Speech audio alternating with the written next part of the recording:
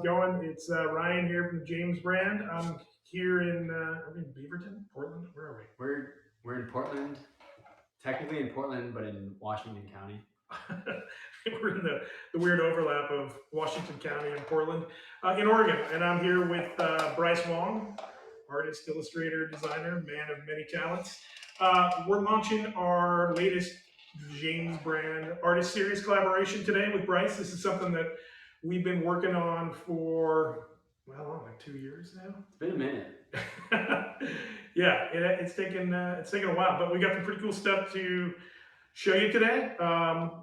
So we have three things we're going to kind of do in the next half an hour. First, we're just going to talk to Bryce a little bit, get to know Bryce. Hopefully, people out there in the network know Bryce. He's done this before and shown up there a handful of times in the past. And then we're going to show you what we actually made and kind of talk through why we made it. And then we're going to answer some of your questions and interact a little bit and see if we can get you some more info. So, Bryce, just to kind of start at the beginning, I know you're from Southern California. Like, where are you from? And like, how did you get from there to here in Washington County / Portland, Oregon? Yeah, I grew up in Irvine, California, Southern California, Orange County. Um, Kind of just always I grew up in a massive suburb, super boring. Never had anything to do. So the go-to was like driveway skateboarding, kind of like hanging out on the kind of walking trails and being a hooligan, or kind of making stuff in my garage. So I kind of latched on to the making stuff in my garage thing the most, and kind of just found out like, hey, I love designing, making things, kind of getting my hands dirty, and then that kind of just led me to discover what product design was, industrial design, and design and creativity in general as like a career path. So that was something that like I just discovered as I was like, normal kids are like, hey, can I get a new BMX bike? And I was Yeah. like, I was asking my parents for like belt sanders and different saws and things. So like it just turned me into a product guy, like a tool kind of user.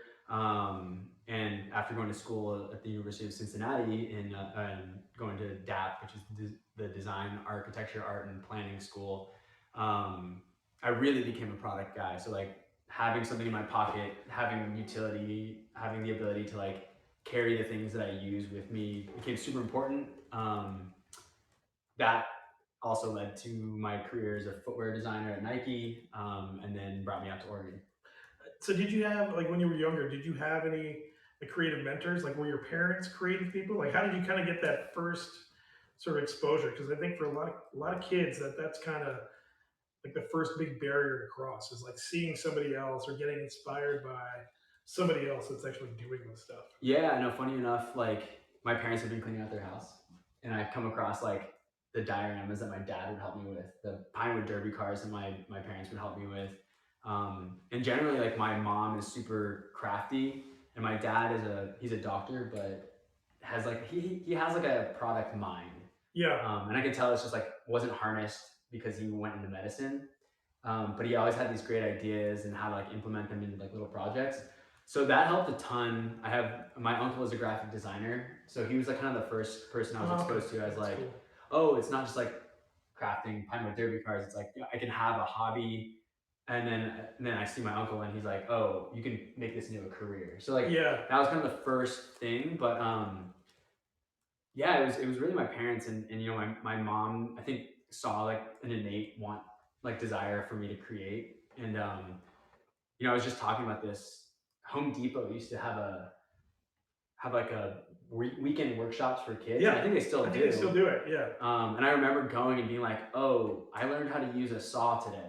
I learned how to hammer nails and like make a birdhouse, and all the activities like that kind of like just really threw me into like being able to make things with my hands. It's super empowering when you get that stuff because then you're like, oh man, now I can do this. Now I can do this. I can almost do anything. Absolutely. And you do start to make that transition from, hey, this thing was in my head to this thing is on paper to like this thing is reality. Like I actually made a thing. 100%. And a lot, I mean, one of the reasons that I think, we're interested in doing this with you is that while I think there's a lot of like thought in a lot of the stuff that you're doing, but you work with your hands a lot. And I think you really Absolutely.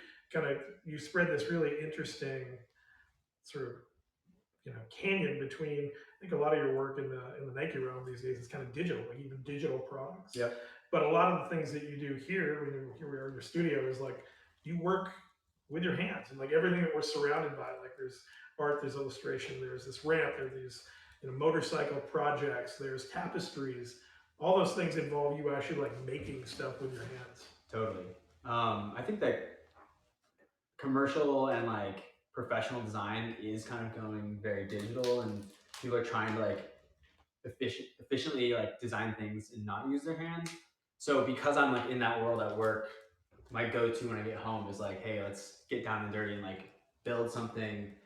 Like I like at the end of the day coming home. Like at the end of the day from a work day, I come home and I'm like, cool, I'm clean, I'm good, whatever. There's something nice about being like, all right, I have to take 5 minutes and like scrub my hands of like Yeah, metal dust and paint and there's all like that stuff. there's like proof of life, like proof of work in Yeah, dirty exactly. hands. Exactly. It feels like I warm did hands. something.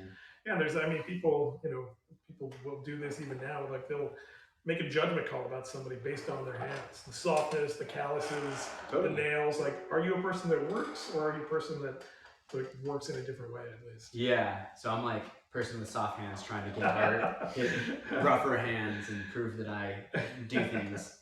I mean, it's kind of how the James brand came to be. And I'm a washed up industrial designer and love, I'm a product guy, I think, at my core.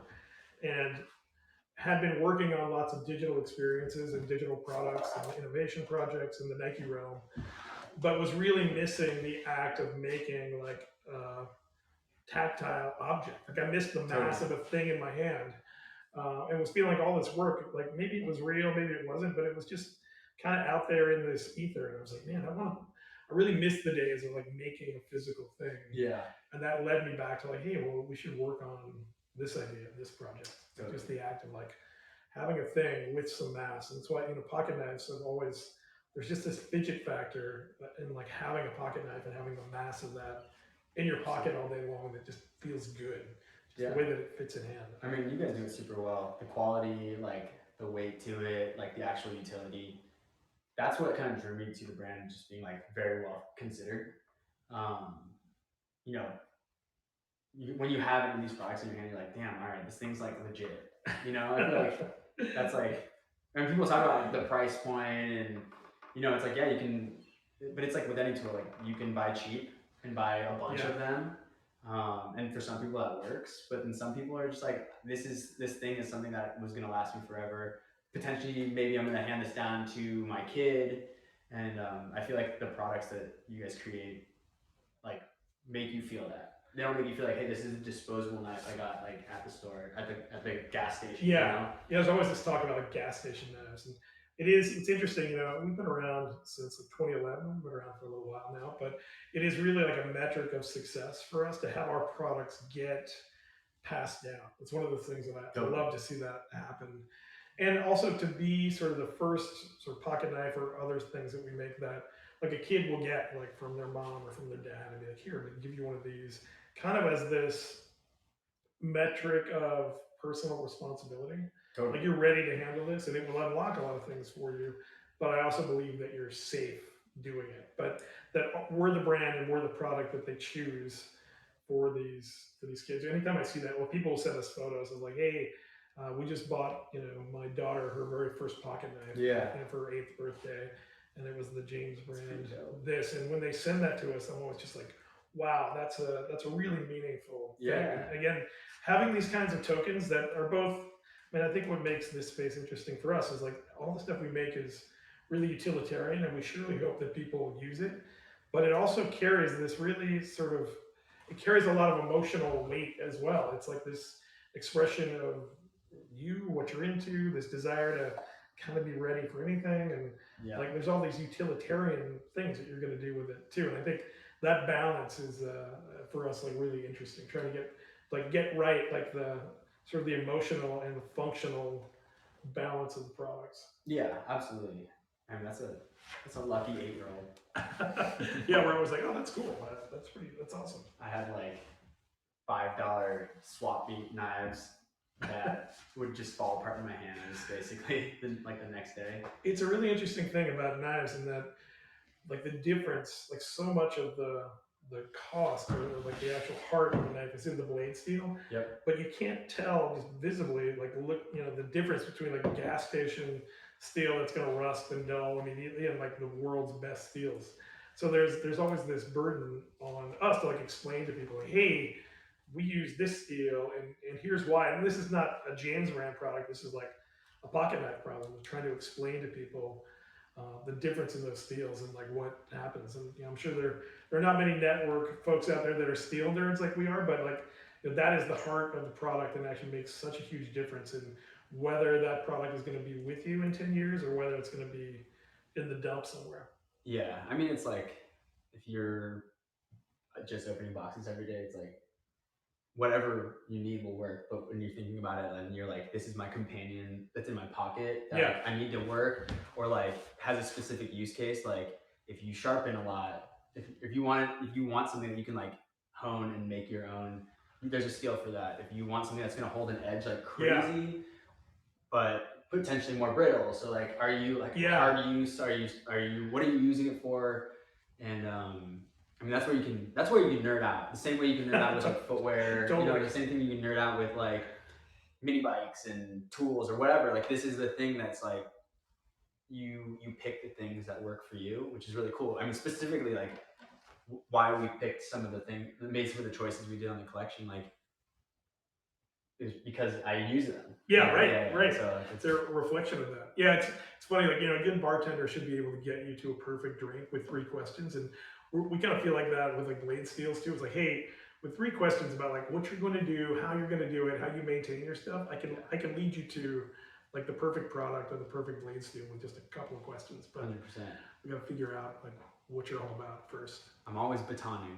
Yeah. Yeah. Well, let's talk specifically about some of the things that we did in this collection and talk about sort of why we did them. There's actually 4 things in the collection in total. Kind of from the bottom, we've got our Cambro tray with the wavy skull. We've got the Bryce Wong version of our Melville carabiner. Let's talk about that. The Ellis, which is probably the heart of this, like our sort of multifunctional multi-tool pocket knife. It's got a couple of cool things in there. And then we got the tee. Bryce is wearing the Bryce Wong wavy skull tee. Pretty epic. I'm purchasing currently.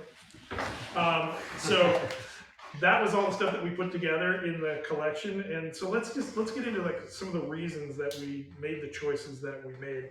I want to hear your thoughts first on the tray itself. And I'm just going to say initially that I love the tray, and just my bias. Like I think trays are cool. I think having a place to keep all of your EDC stuff on a daily basis is cool. But these trays are made by Cambro in Huntington Beach. Like they're USA made, and like this is the company that makes like all of the trays for like all your schools. If you've ever done any time in prison, you'll be really familiar with this tray. But it's kind of functionally that way. But it also becomes this really nice, like big open area to get expressive with the graphics. And it's funny when Austin is over here behind the camera, our design director, but when we were working on our first iterations of the tray, we were really having a hard time trying to figure out like, what do we do with it? Because it's such a big like framed area. Like, is it artwork? Is it a picture? Is it a pattern? But I think we really landed on like, no, like, the tray is a place for us to get expressive and get weird and push on things a little bit in ways that you may not be able to do with things like the Melville or the pocket knife, either for reasons of materiality or form or even just scale. So I'm into the tray. That's definitely going to replace my current Cambro tray on my dresser. Yeah. Yeah, I mean the tray was a kind of no-brainer for me. Like being an artist, it's a great canvas, but at the same time, like for anybody who follows my work or kind of like my life through social media, like you guys know, I use trays for many different things, recreational time off. I mean, I don't know the audience here, but I definitely, I use this to roll a lot of things up, and it's perfect. But then also like, the moment I get home and I kind of empty my pockets, it's a lot of this. Just, there's something nice to be said about putting like your stuff here. the wife doesn't get mad at me. Like Yeah. everything's contained to a horrible pile on this thing, but it's contained. It's funny, I had like a conflict last week because like my trays had crossed the middle zone on the dresser, and I got like a reprimand. I'm like, hey, get off. You got like you're over the halfway point on the dresser with the trays. You're gonna have to like reorganize in some way. Yeah. So I mean, that's why I think like, but it's great, like, because you're like, oh, cool, I need to move it, like, yeah, so, you know, like things have a space. It homes everything, which is really nice. Yeah, and absolutely. For us, like, you know, most of our stuff lives in your pocket, like on your body all day long. But having a bit of a connection for the brand in the home was a big deal for us. You know, because the daily life cycle of our stuff is like you wake up, you grab it from a place, you put it on, you carry it with you, you load your pockets, you go out throughout your day and you use it, and then there's kind of this moment, and it's a ritual for me, and it was long before the company existed. But come home and it's like I take those things out, I organize them there for tomorrow, but then I kind of downshift into like I'm home, I'm chill, but those things are there, they're ready for me for tomorrow.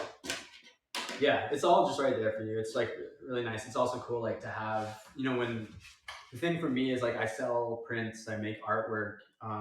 It's hard to find and justify a spot to like alter your wall. Like actually find a space and be like, all right, I'm gonna hang this up. This is gonna live here for a while, or I have to patch it up. Like the tray is cool because it like I get to put my work on it. People get to enjoy it, but it like can occupy a table space. It can occupy a spot in the dresser. Yeah. It's just like another way to have art in your home, but it's like something with utility, which is like, I mean, that's kind of the name of the game. That's kind of what we were always trying to do, right? Is like mix up that expressive nature of things, art, design, and then their utility.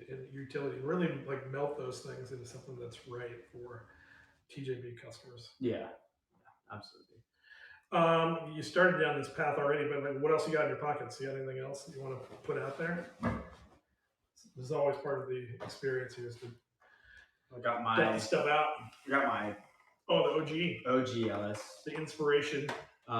This is the one that you guys gave me to like have in my pocket for a little bit to make sure I liked the choice that we were using with this. Yeah. So I carry this thing all the time. Like I think, well, we can talk about the products later, but I'm just like nerding out into the things. No, that's what we're here to do. Always a Sharpie. Always. Which Sharpie? AirPods. Just the tradition, the classic. Classic. Just the classic. Yeah. This one's a new one. That's beautiful. Man, there's nothing that beats a juicy Sharpie. No, hell no. I stole one last week because I was on vacation and camping in this cabin, and I opened up this drawer and there was like one beautiful untouched Sharpie. It was like, this is totally out of place here. Even no one's even going to see this thing. Mine now, yeah. That's why I like Sharpies. They're always around. Yeah, right. And like, you go to any store, like Sharpie. What else do I got? I got my Drifter wallet, made in Ohio. Made in Ohio? Sandman. We got to talk about Sandman. That's a question. Yeah, well, we can bring it this way. I got my keys. I got my Victorinox folding clippers. Whoa. Super handy. That's tech. I've never seen those. Yeah, these are sick. And what else I got? A little note to self. Shoe Dubre and a Digimon game. Let's talk about that thing for just a second, because we were killing some time before the show, like getting our stuff set up, and Bryce pulled this thing out and just started firing away on this thing. But it's just like this dumb little toy that I got to like soothe some like nostalgic itch. Trying to take care of like a little digital Digimon. They've all died, but it's fine. It's a game. I reset it. But right.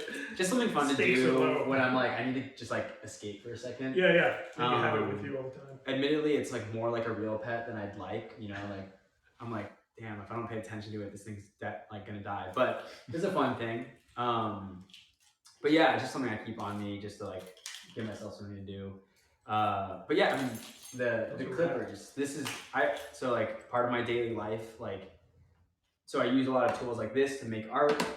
I use this to clip threads off of stuff, but also like I train jujitsu. So like when my nails are too long, and I'm like in a pinch. I'm like, oh, I'm about to go to class and train. Yeah. And like I gotta go clip them, and like this is. It's all utility. It's like cool everything I put. Yeah. Oh my god, this thing is it's amazing. sick. Note to selves. product line list. That might be the next time add-ins. we're talking. You know, it's, Yeah, it's exactly. the nails and the self-care stuff. Let's talk about the Ellis for a minute and talk about like the few things that are on there. Absolutely. You know, this one we did the wavy skull. We did this with sort of automotive level. Oh yeah, automotive level like flush mounted badge, like not screen print, but we actually made a badge and put it in there. It's super sick. Ellis has got two things. It's got the blade proper, and then it's got scissors, and then it's got the pry bar / screwdriver. But we were talking earlier about the scissors and kind of how important the scissors were to you. So like maybe like why the scissors matter. What do you use scissors for around here? I feel like anything that I don't use a knife on, like that I need to be more precise, scissors. Yeah. Or clippers, right? So it's like anything that can like have a little bit of control. Yeah. You know, when I'm like slashing boxes open, I don't need to like go gingerly with the scissors, but because I think the last iteration of this the original iteration had 2 blades. It did, yeah. And I love that aspect, but I was, you know, in my daily life, I'm like, okay, I'll cut some boxes. What am I doing? Like I'm pretending like I'm making kindling when I'm like. We used it for a tattoo last week. We used it for a tattoo. Also, let's see your tattoo. You want to put that in front of the camera? Let's see if we can get this in front of the camera. Yeah, I did. Wavy skull commitment. You'll see some of that in our content, but yeah. I remember we used it to cut film for that. Yeah. So the scissors were great for like cutting second skin, for like cutting tape. That's, you know, helping like kind of to wrap some of the tools. I think generally like I do a lot of small cutting when I'm like making work, when I'm working on my bikes and I'm like clipping like zip ties and kind of like all different things. But the scissors were a game changer for me. I was like adding that functionality to the knife. I think it made it like a very, very usable like pocket tool. There's the pry bar on it. The wire pocket clip is money. Like I hate when things are just floating in my pockets. Yeah. But yeah, I mean, those are the big changes that we made from the first iteration of this. Was we got lots and lots of requests to do scissors, and scissors are tough to do well. So it took us a while to like figure out like how to get our scissor in there. Yeah. And then the initial version of the Ellis didn't have a pocket clip, but it was also like the most requested thing. So we made those couple of changes in an effort to really make this thing super utilitarian. And knowing that you can kind of always use the back end as, you know, that'll work on Phillips screws, it'll work on flathead screws. You can still do a lot with that tool on the end. So we kind of traded in that other blade and like the bottle opener for scissors in an effort to still keep it super minimal, but make it more utilitarian. But for us, like it's a grown-up step to put like scissors on one of our knives. Like that was a big deal. Yeah, you're getting technical. Yeah, like, right. Really, it's like you gotta actually solve those problems. It was not. I will say like easy. It's one of the nicest like scissors I've used on a multi-tool. Yeah, I mean, we're very proud of those too, the way that they're done. And, yeah, they're big enough. Like I feel like some scissors you're like, okay, like I'm gonna get there, you know. And I mean, just generally like we were talking about, like the weight, the everything's flush on here. Like we, you know, is really kind of just proud of like how we were able to figure out how to like get that flush, have the artwork on there, but like not just like printed, not just like something that'll wear off. Like having the actual badging in it is like, as a product nerd, I'm geeking out of that because I know the precision it takes. Yeah, I know like the quality that takes, and like it's hard to get an expressive knife that doesn't say like I'm gonna like I'm hardcore cool like tough guy with my like tactical knife. Like to be able to have something with some like artwork on it that like makes you feel like, hey, this is utility. It's not like I'm trying to be tough. Was really cool. It was really fun. Yeah, it's always an interesting challenge for us. I mean, we wanted to take these kinds of products and make them more expressive, but they're small and there are limitations, like from a materials and processes standpoint, for like how to make them more expressive. And so we're always kind of on this hunt for like, what's the right way to bring some high level details to that? Like, how do you elevate it? But the use of badges, which we've seen in eyewear, and you see it in watches and some other like small and kind of fine, like highly elevated products.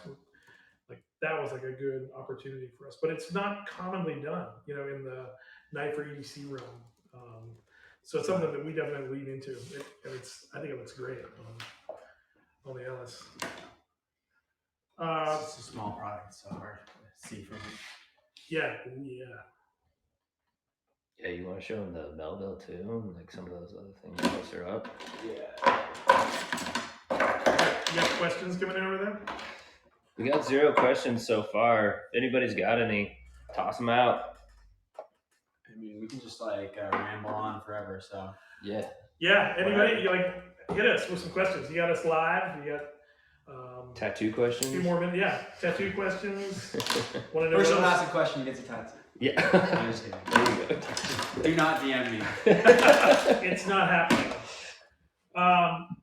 While people are thinking about that, let's hear about the Sandman moniker, where that came from. So these days it means it's okay. I'll throw it back. It started off when I was in college. I was like part of this design squad, like my group of friends, nerdy, not strong. We spent like 0 time in the gym in college. We only spent time designing, so we're just like these like dorky design nerds. Yes. Skinny. Like we open the studio door and see some light and we're like, oh god. So it was like I think senior year, we were just like kind of all joking, like, all right, that's it. We're gonna like be college kids, you know, like let's go to the bar. And then like this just the joke of like who we're gonna fight because we're like the most like the least intimidating group of kids. It's also Ohio. So like, all right, yeah, in Ohio, almost like the corn fed. Yeah. And it's just like big boys, right? Yeah, I'm like, okay, so I'm not gonna do anything, you know. Yeah. So my dad is an anesthesiologist, and they're like, oh, like yeah, the Sandman, you're gonna put people to sleep. Like, who are you gonna knock out? And I'm like, yeah, this is, Got it. everywhere, Totally right? got it. So The Sandman. it's like an ironic tough guy name. And I do feel some type of way about it these days, though, because I ever since I started training jujitsu, Yeah. like it makes me seem like I have skills to take somebody out now, and that's not the case. So now I'm like, oh shit, like now people are thinking like, oh, he's like a tough person, or thinks he's a tough person. I'm like, I gotta rethink the nickname. It's always stuff. There was irony in it in the beginning. Yeah, exactly. That's pretty rad. So, like, did people think about your dad as the Sandman? Like, kind of like Dr. Sandman. Dr. Like, oh, my dad's the Sandman. Yeah, but my dad actually is like martial artist. Like, oh, that's cool. So like, your dad could actually do it. Like, I can do it this way. Makes more sense. Or this way. Yeah, exactly. I can do it with chemicals or with my hands. Exactly. So that's pretty rad. It's all this whole thing, many meanings, but it's just kind of stuck. It's kind of funny. Yeah, I mean, it works really well. It's cool, but I didn't actually know what the story was. Yeah, just it's actually just making fun of me how little of intimidation factor I have, but it's okay. Any questions out there? Yeah. A couple more minutes. Kangaroo Nova asked, how does Bryce make his wavy line art? How do I make my wavy line art? There's a few different ways. I think like when I originally started, it was like an assignment in school. One of my friends like did like a fish print on it and like had some like had dragged it a little bit, so it like kind of stretched out. And then we were like playing with scanner art and graphic design, and like you kind of just like glitching stuff. And I was like, this is really sick. Like there's got to be a way to do it physically. I want to like take like digital and like play it out analog, kind of like we were talking about. Yeah. Take things from a screen and then like how do I get my hands? How do I actually make that happen? So I used to hand draw it all out, kind of like map it out and figure it out, and then like getting a little bit more artsy and experimental, I'd build like brushes, like gigantic brushes. I'd cut like pieces of the foam out, or like kind of just like line things up and then like drag it and pull it. So like some of my prints that I've done, like I'll just do like little drops of ink where it should line up, and then like pull it with a squeegee. There's like a ton of methods that I like use. There's like tapestries over here that basically. Yeah, like there's lots of different ways that you've actually brought that. We got rugs going and kind of all kinds of things. Rad. Like I think I'm still searching for the like ultimate way to do it. any which way you do it, I feel like it's still getting the same like kind of warped aesthetic across, and I like that I can be versatile with it and not just stuck with one method. Yeah, it's really cool that you've actually found ways to interpret it. It was one of the very first things, when we're looking through your artwork and thinking about like what you typically do. Like I could, and I've seen you do it with other brand logos before, but I was like, I can't wait to get the Clovis and like, mess it up. Like we're kind of we can be a bit of a precious brand. Like we are fairly tight in the boundaries and the way we manage those. But the counterpunch to that is actually allowing us to get expressive at times and like break our own rules. And so it was like, I can't wait to take, our tightly defined, Totally. vector-based Clovis and actually like mess with it, warp it, like bend and break it a little bit. And I mean, love the way we've done it. It's cool. I appreciate you guys giving me the freedom to kind of like do that. And like, I hope I did it justice in a way that like still like breathes like energy into the brand, but like doesn't detract from it too much. And it's been really cool because like just like I did with the logo, I feel like I did with some of the product, like being able to like bring a new dimension to it and make it like legit, like like utilize what we're doing together and use like my product background and be able to create something that is both expressive, utilitarian, and like just super clean and like nice. So it's been one of my favorite things to kind of like, I know the rules, so I can break them, Yeah, right. Know the rules to break them. That's my favorite thing to do. Those are always kind of like brand management 101. I mean, you and I both worked in the Nike umbrella for a long time collectively. And it's like so much of that place is built around brand management and this set of guidelines that everyone learns like right away. And then you learn all these ways that, especially like the cooler kids in that place, can actually break it. Yeah. And you learn and you push and pull on the ways to actually break the rules, but you do have to understand them fully before you can figure out how to bend them. 100%. Anything else from the audience? Yeah, we're at 12:32, so we're at the end here. But Reaper Quilt wants to know Bryce's biggest influence and what the Rockwell of the blade steel is. Rockwell equipment in that. I think it's 64 HRC. Yeah. But I'd have to confirm with Tobin. But I think it's 64. So people are nerding out. There's some nerdery going on. That's great. Yeah. There's some knife nerds in there. That's good. Are the best. Yeah. What was the other part of the question? It was biggest influence. Biggest influence. So who are is what the actual question is. So we'll start with people. Yeah, my biggest influence, like to get like goofy, dorky, I'd say like I've always loved like Andy Warhol's work because it's so graphic and it's like taking pop icons and being able to like utilize their like station in culture and then bring a new angle to it and add your style. Like that's my like artsy nerd thing. And then like, but like really like when I was growing up, I think there was like there wasn't a clear path to how to be creative or how to make something like be an artist in the field. Like I didn't know. So, but the first time I saw it was like Shepard Fairey. So that's how I get a lot of my high contrast inspiration. Like, because I started as like in middle school and elementary school, I'd be like making stencils and I'd be spray painting stencils out of manila folders. Again, in my garage, like painting skateboards, and like he gave me a tangible way to create like art that wasn't super intensive, that could like really jump me into like more principles of design and art and like that, like, you know, I'm like, it's goofy. I'm one of those kids with like street art Banksy kind of like things, but like that's kind of what drove me to see that like there was a potential future. So that's always been super cool. It's funny, we've got sort of similar history in that growing up in the Midwest and in Indiana as a skateboarder in the 1980s, spending all this time in alleys, and I grew up in this very liberal college town, Bloomington, Indiana, but the back alleys were covered with all this really amazing stenciled art, and I was always, and today, like I don't actually love graffiti styles as much as I prefer stencil styles, and it's because I'm not naturally sort of a good artist with my hands in that way.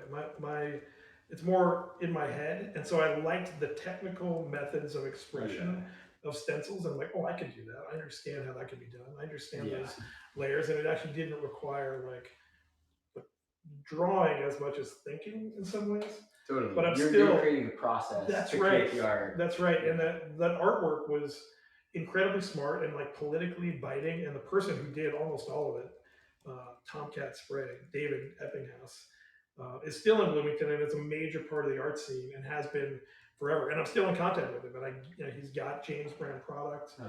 And I've got he found some of the original stencils that he used in the 1980s and actually made me some pieces of art for my house that reflect these things that I saw way back then. And I have it, in my office. You'll see it in the back when I'm on meetings. This piece of art that he did that was just everywhere. And I didn't even know who he was at the time. Like it's taken decades to actually like to answer like who was that person? What were they doing? That's tight. But I was always attracted to that stuff for that same reason. Like I cared about the process and the expression when I didn't feel like I was a person who could actually go out and be super expressive with my hands. I'm more of a technician. Gotcha. In the way that I think about things, which is how I got into industrial design versus anything else. It was like a really nice smash up of like engineering and technical skills combined with some expression. That's stuff I can do. You hear that, Shepherd Ferry? Can you send me some wheat paste from your OG days? We'll send you. We got a name. We got like a whole kit of stuff we can send you. Yeah, big shout out Midwest for some solid inspiration. Yes, love the Midwest. Well, I think we're out of time. We've blown over it already. Thank you, Bryce, for spending some time with us and letting us kind of crash your day. I know we made you cancel the meeting. So to everyone that was supposed to be in that meeting with Bryce, it's my fault. Sorry. But thanks for doing this. We're stoked on the collection. Check it out on Network today and at thejamesbrand.com. It's also available at Dispatch if you're in San Fran or NYC. And if you're in Germany, check out Sneaker Store 43.5. It's there too. But last question: someone asked, "What's your favorite sneaker of all time?" Speaking of the sneaker store, Monarch. In general, all right. We'll end it on that. That's it. Yeah. There we go. There I love this. Yeah. All right. Thanks all from Bryce Wong, myself, Ryan, Austin H. We'll talk to you later. This is James Brand. Bryce, we're out. Peace.